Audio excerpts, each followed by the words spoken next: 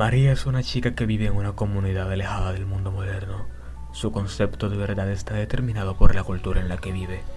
Alejada de lo que ocurre en pleno siglo XXI, aunque le explicaron los avances del mismo y las perspectivas diferentes de ver la vida, lo más probable es que se rehúsa a cambiar de parecer. ¿Qué nos hace tan parecidos a María? Aunque a diferencia de ella, vivimos con las comodidades que nos brinda el discurso tecnocientífico occidental, y ello supone un avance en lo que denominamos verdad. Si María cree, por ejemplo, que ciertos ritos hacen posible que llueva, ¿por qué percibiríamos tal pensamiento como supersticioso? En psicología existe un fenómeno llamado sugestión, definido por la enciclopedia Webb como la denominación dada al proceso psicológico mediante el cual personas, medios de comunicación, libros y toda clase de entes que manipulen conceptos y sean capaces de emitir información puedan guiar o dirigir pensamientos, emociones, sentimientos o comportamientos y estados físicos de otras personas. Un ejemplo de este fenómeno se da en los placebos. Un médico podría decirle a un paciente que ha tratado por años con un tratamiento que no ha dado fruto en absoluto lo siguiente: los últimos descubrimientos en medicina han sugerido que este nuevo medicamento posee una eficacia del 99%. En este escenario juegan dos factores clave. El primero es la figura de autoridad que supone el doctor y los datos que expresa, que por el simple hecho de venir de una figura de autoridad, el paciente lo interpreta como confiable. El segundo factor radica en la esperanza y entusiasmo, o la fe si se quiere llamar, depositada en tal medicina. Aunque el medicamento en cuestión estuviese fabricado de una masa con azúcar u otros componentes que no tienen nada que ver con el tratamiento objetivo de la enfermedad. En eso radica la sugestión, en la asunción de que nuestros pensamientos determinan en gran parte nuestra realidad. De este modo, por ejemplo, ser religioso o no implica necesariamente que una persona tenga más verdad que la otra.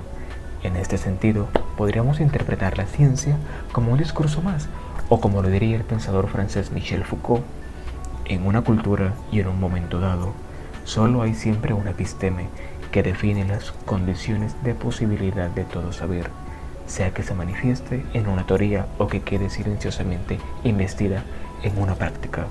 Fin de la cita. En este sentido, según el autor, cada época y cada cultura tienen sus conceptos de verdad, y lo que hoy denominamos verdad probablemente no lo será en un milenio. En la serie documental Mindfield, cuyo episodio titulado Behavior and Belief, el host Michael Stevens realiza un experimento mental en donde sugestionan a una serie de participantes religiosos, produciendo que estos experimentasen cualidades espirituales en escenarios donde aparentemente no había conexión causal entre lo que los participantes experimentaban y la realidad objetiva del experimento en cuestión. Stevens, al finalizar, realiza una pregunta inquietante: ¿cuál es la diferencia entre lo que hemos hecho y lo que realiza un cura en una iglesia? Claramente no responde a tal incógnita, asumiendo indirectamente que quizá el factor religioso se ha explicado mediante una vulnerabilidad de la mente humana. En conclusión, podríamos decir que aquello que llamamos verdad depende de muchos factores. Uno de ellos son factores socioculturales, en donde el binomio objetivo-subjetivo parece tener poca significancia.